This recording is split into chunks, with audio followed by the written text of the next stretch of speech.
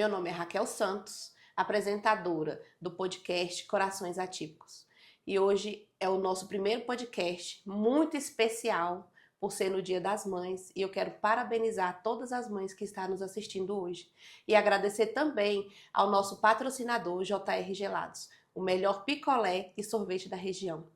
Hoje o tema do nosso podcast é sobre a inclusão social e qual a importância na sociedade. E para isso a gente tem uma profissional maravilhosa que aceitou o nosso convite de coração, que é a doutora Larissa, psicóloga, especialista em ABA para autistas e deficientes intelectuais. E estamos aqui para um bate-papo gostoso para trazer informações para vocês. Então, tenho bom dia, doutora Larissa. Obrigada por aceitar de coração o nosso pedido. Obrigada, gente. Bom dia, boa tarde. Feliz Dia das Mães para todas vocês, para todas nós. Eu sou a Larissa, né? Pode me chamar só de Larissa mesmo. Sou nascida e criada aqui em Silvânia. Comecei minha trajetória acadêmica na engenharia civil e depois falei, não, acho que não é isso aqui que eu tenho que fazer, não. Troquei de curso, passei para psicologia. E foi uma descoberta. Eu falo que a descoberta da psicologia existe uma Larissa antes e uma Larissa depois, porque a psicologia, ela desconstrói muitas coisas que a gente passou a vida inteira construindo. Ainda mais em Silvânia, que é uma cidade tão pequena, né? E foi uma abertura de horizontes mesmo. E depois comecei a trabalhar na clínica. Trabalhei na saúde aqui de Silvânia, nos postos, né, nas SFs, atendi em Goiânia também. Em janeiro do ano passado, comecei a trabalhar na APAE. E aí foi outra divisão na minha vida profissional. Eu falo que a psicologia fez muito mais sentido para mim a partir do momento que eu coloquei meus pés na APAE. Eu conhecia a APAE, ajudava nas festas, né? Mas estar ali dentro é uma transformação mesmo. E foi a partir daí, né? Eu trabalhava já com análise do comportamento, mas a partir do momento que eu estava na APAE, que eu conhecia aquela realidade, eu percebi que eu precisava trabalhar também com a ABA, né? Com a análise do comportamento aplicada. E aí foi onde eu comecei a minha especialização. Ainda estou em curso, não finalizei até metade do ano que vem ainda, uma pós-graduação bem extensa. Você sabe como a inclusão precisa, né? A gente precisa ter uma inclusão na sociedade. O que você pode nos passar sobre a inclusão? A inclusão, ela é um desafio, né? Eu acredito que nós vamos todos os dias, todos os tempos, precisar falar, repensar e entender o que é inclusão. Hoje, a nossa sociedade, infelizmente, de forma consciente ou não, né, a gente não consegue determinar isso, mas a gente pensa muito em inclusão, a gente pensa muito em autismo em abril, né? O movimento azul, onda azul, todo mundo, né, faz posts e se importa, aí terminou ali, acabou. Né? Terminou abril, já não é mais tão importante, né? O coração azul, o anjo azul, ele já não existe. É aquele menino que é birrento, teimoso e sem limites. E a gente precisa mudar isso, né? E a gente só muda isso com conhecimento, porque o conhecimento, ele reduz preconceito. E quando a gente fala, por exemplo, né, no Dia das Mães, são pessoas que estão aí sobrecarregadas, cansadas, muitas adoecidas e são julgadas o tempo todo.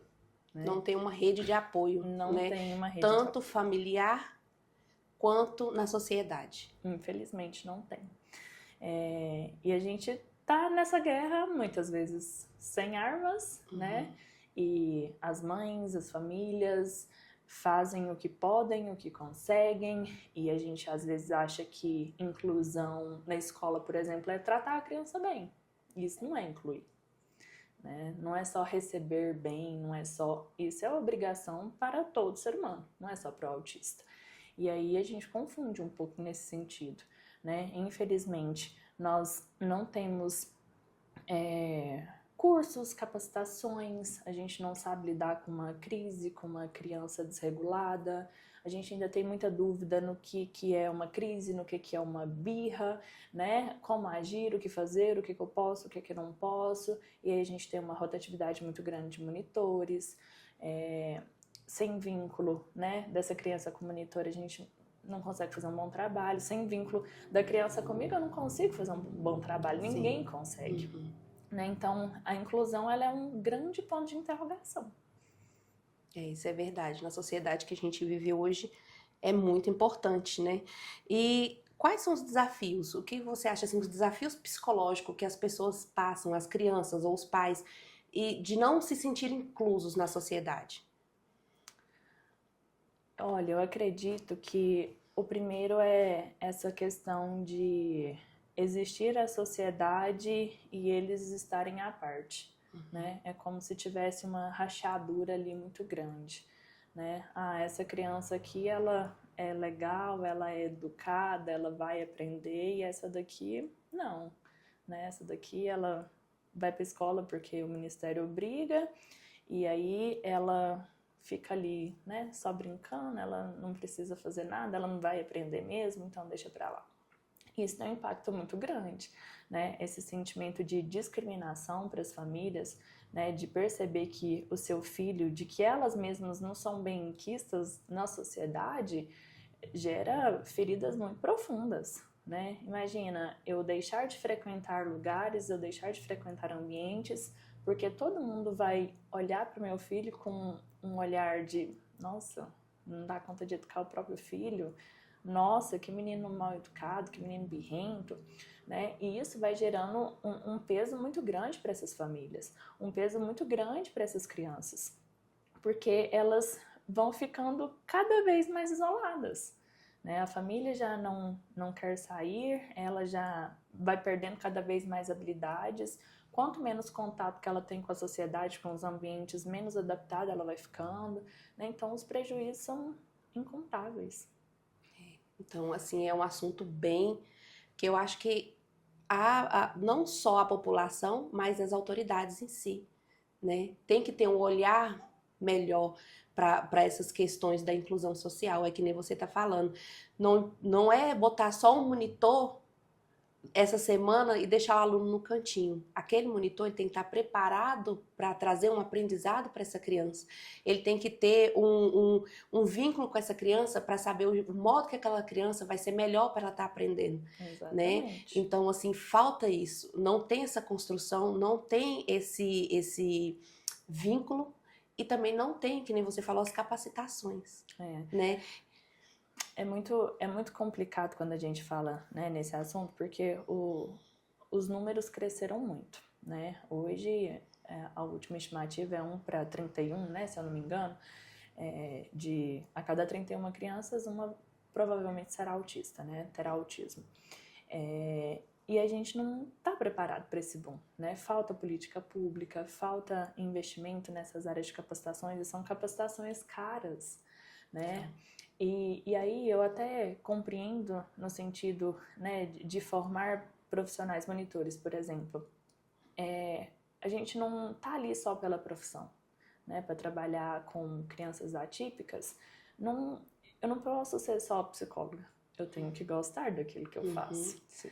Né? Porque eu vou levar alguns tapas, eu vou levar algumas mordidas, né? Eu vou parar e pensar e vou falar, gente, o que eu tô fazendo? O que funcionava ontem, hoje não funciona. O que eu achei que ele, né, tinha aprendido ontem, hoje parece que já não aprendeu.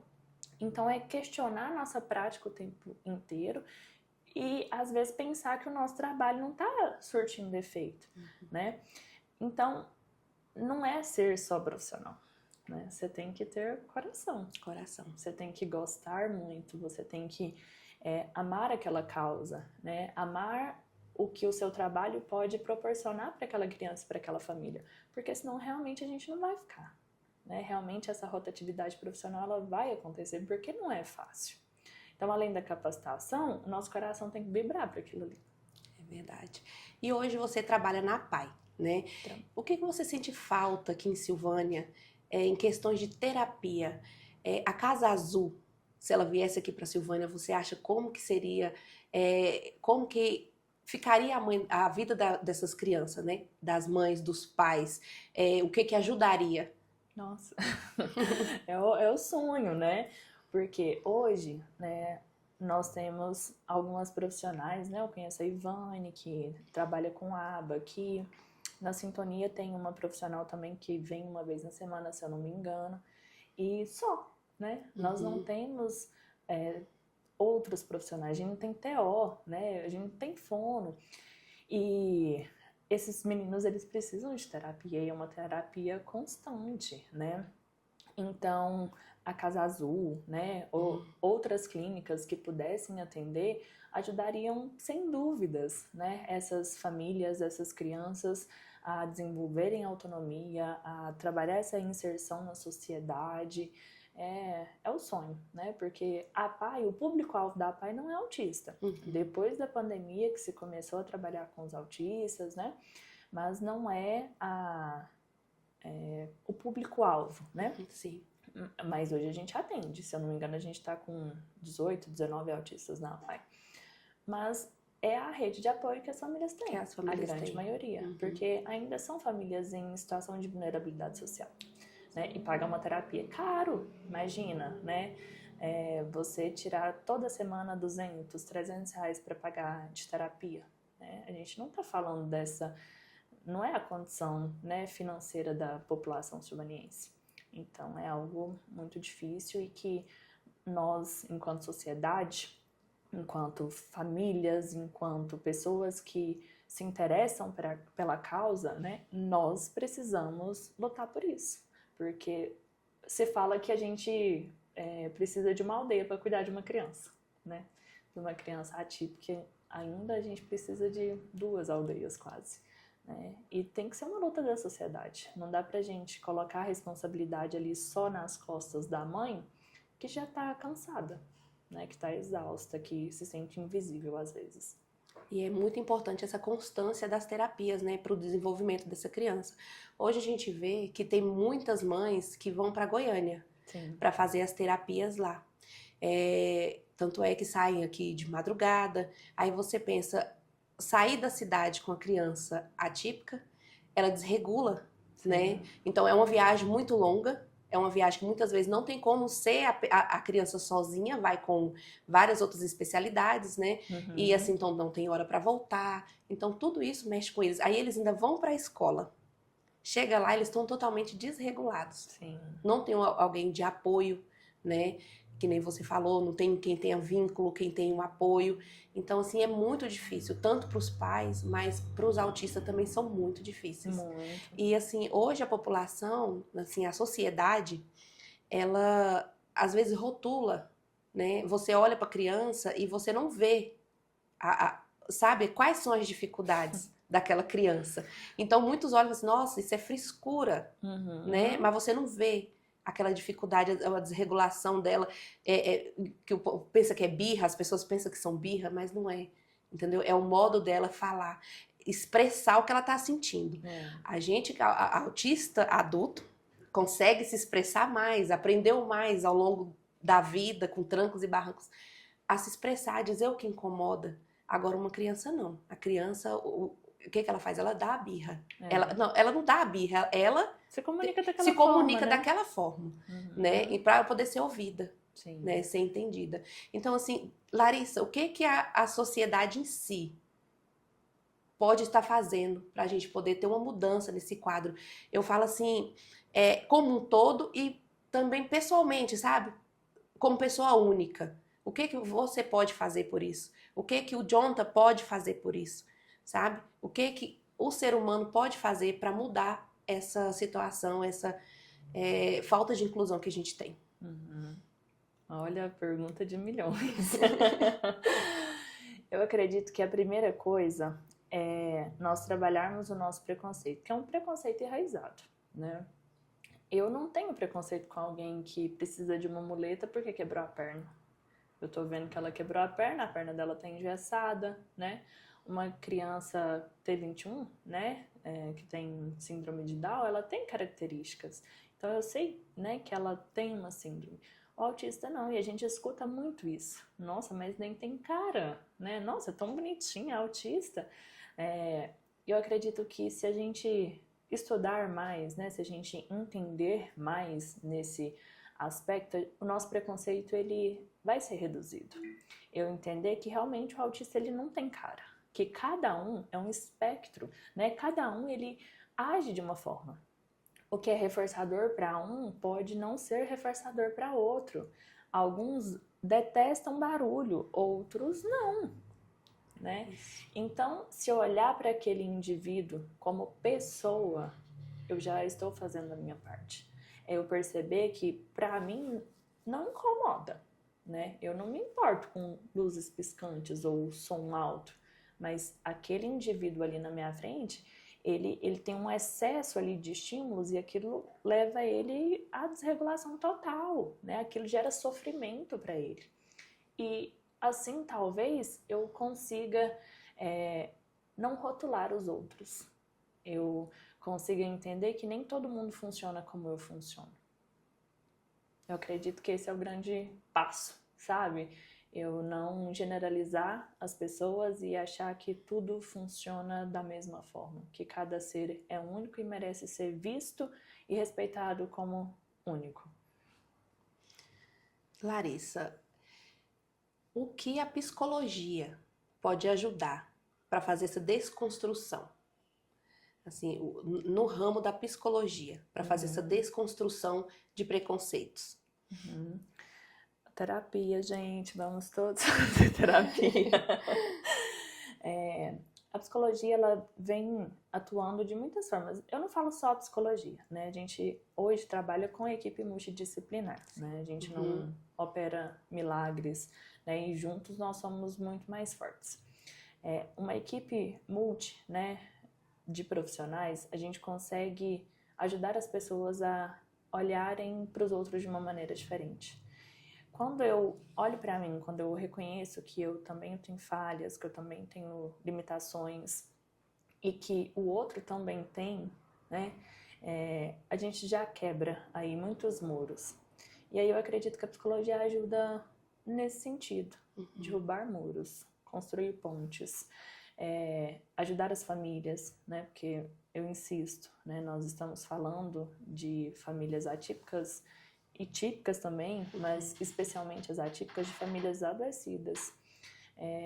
Então, esse cuidado, né, para uma mãe cuidar do seu filho, ela precisa estar bem. E às vezes ela não tem como cuidar de si. Então, eu acredito que é nesse sentido, né? Essa desconstrução de muros, estender a mão e falar, olha, eu tô aqui, né? Como é que eu posso te ajudar? Talvez eu não consiga responder todas as suas perguntas, mas eu vou te ajudar a procurar, né? Talvez o pouco que eu sei eu vou conseguir te ajudar com o seu filho em casa, porque tem muito disso, né? A generalização do comportamento da criança é muito difícil. Às vezes ela se comporta de uma maneira lá na PAI, por exemplo. Em casa ela não se comporta daquela forma, porque ela ainda não entendeu que aquele comportamento ele pode ser aplicado em todos os lugares. E isso é difícil, né? Então a gente tem que ter esse trabalho com a família também. Sim. Então eu acredito que a psicologia ajuda nesse sentido, sabe? Esse elo. Trabalhar juntos, né? Nos fortalecer para que a gente tenha condições saudáveis de cuidar de quem precisa de nós. Sim, as mães, elas também têm que ser acompanhadas, né? Sim, elas precisam ter esse tratamento psicológico também, até para saber lidar com as situações em casa, que nem você falou. Na PAI eles se comportam, ou na escola, de uma maneira e em casa de outra, né? Então, assim, as mães precisam também desse suporte psicológico. Eu creio que se a gente tivesse aqui, ou uma clínica especializada, né, onde tivemos neurologista, psicólogos, terapeutas, fonoaudiólogas, e também um cuidado para as mães, né, para os responsáveis dessas crianças, até adultos, né, porque não são só crianças, são adultos, nós temos adultos na PAI, para poder eles saberem lidar, né, até com a própria criança e até sobre a sociedade, é que nem você falou, elas se isolam. Sim. Elas se isolam porque o preconceito está no olhar das pessoas. Entendeu? Então, cada vez mais eles estão isolados. Sim, e não traz nem benefício tanto para elas, nem para as crianças, né? Então, a gente precisa trabalhar, a gente precisa todos juntos se unir mesmo nessa luta. Sim. De estar trazendo esses benefícios para essa cidade, sabe? De estar com esse olhar de amor, olhar de carinho para as situações que elas estão hoje vivendo, né? Sem dúvida. Então, doutora Larissa, uma frase assim impactante que você pudesse passar para as mães, para os pais, para a sociedade, de como a gente teria uma sociedade melhor, sabe? O que a gente não poderia fazer? Uma frase que impactasse e fizesse a gente sentar e analisar e pensar o que eu posso fazer para me poder estar modificando a sociedade, para que ela venha assim, ter inclusão verdadeira, né? Ter uma inclusão que realmente abrace as pessoas e a necessidade que as pessoas têm, na sua individualidade. Nossa, olha, eu acredito, vou direcionar, mas uma frase assim, para que a gente possa pensar mesmo, né? O que eu estou fazendo para melhorar a sociedade em que eu vivo? O que eu estou fazendo para incluir as pessoas que são diferentes de mim? Eu acho que não tem uma frase de impacto, mas quando eu penso na minha responsabilidade no meio que eu estou inserido, isso talvez tenha mais peso, né? Porque é muito fácil, às vezes, eu cobrar das autoridades, eu cobrar da escola, porque eles têm aquela obrigação, né? De ser, de fazer. Tem, sem dúvidas eles têm, mas eu também tenho responsabilidades e obrigações, né? Então, o que eu estou fazendo? Porque sentar e cobrar é muito fácil, quando eu não preciso mover nem um dedinho. Eu quero agradecer, Larissa, por você ter aceito esse convite de coração e estar aqui conosco. Muito obrigado mesmo. Eu que agradeço, Raquel, foi um prazer estar aqui. É sempre muito importante nós darmos voz a essas mães, essas famílias, ao trabalho, né, que a gente realiza, e às vezes as pessoas não conhecem, não sabem como que funciona. Desejo muito sucesso para vocês, porque eu tenho certeza que esse podcast vai crescer muito, né? Terão muitos outros episódios, porque vocês estão dando voz a quem não é visto, quem não é ouvido. Então, muito obrigada pelo convite e muito sucesso para vocês. A gente que agradece. Muito obrigado e que vocês venham fortalecer esse quadro, seguindo a gente nas redes sociais, vendo os nossos quadros, para a gente junto crescer nessa jornada e levar voz ao nosso Brasil.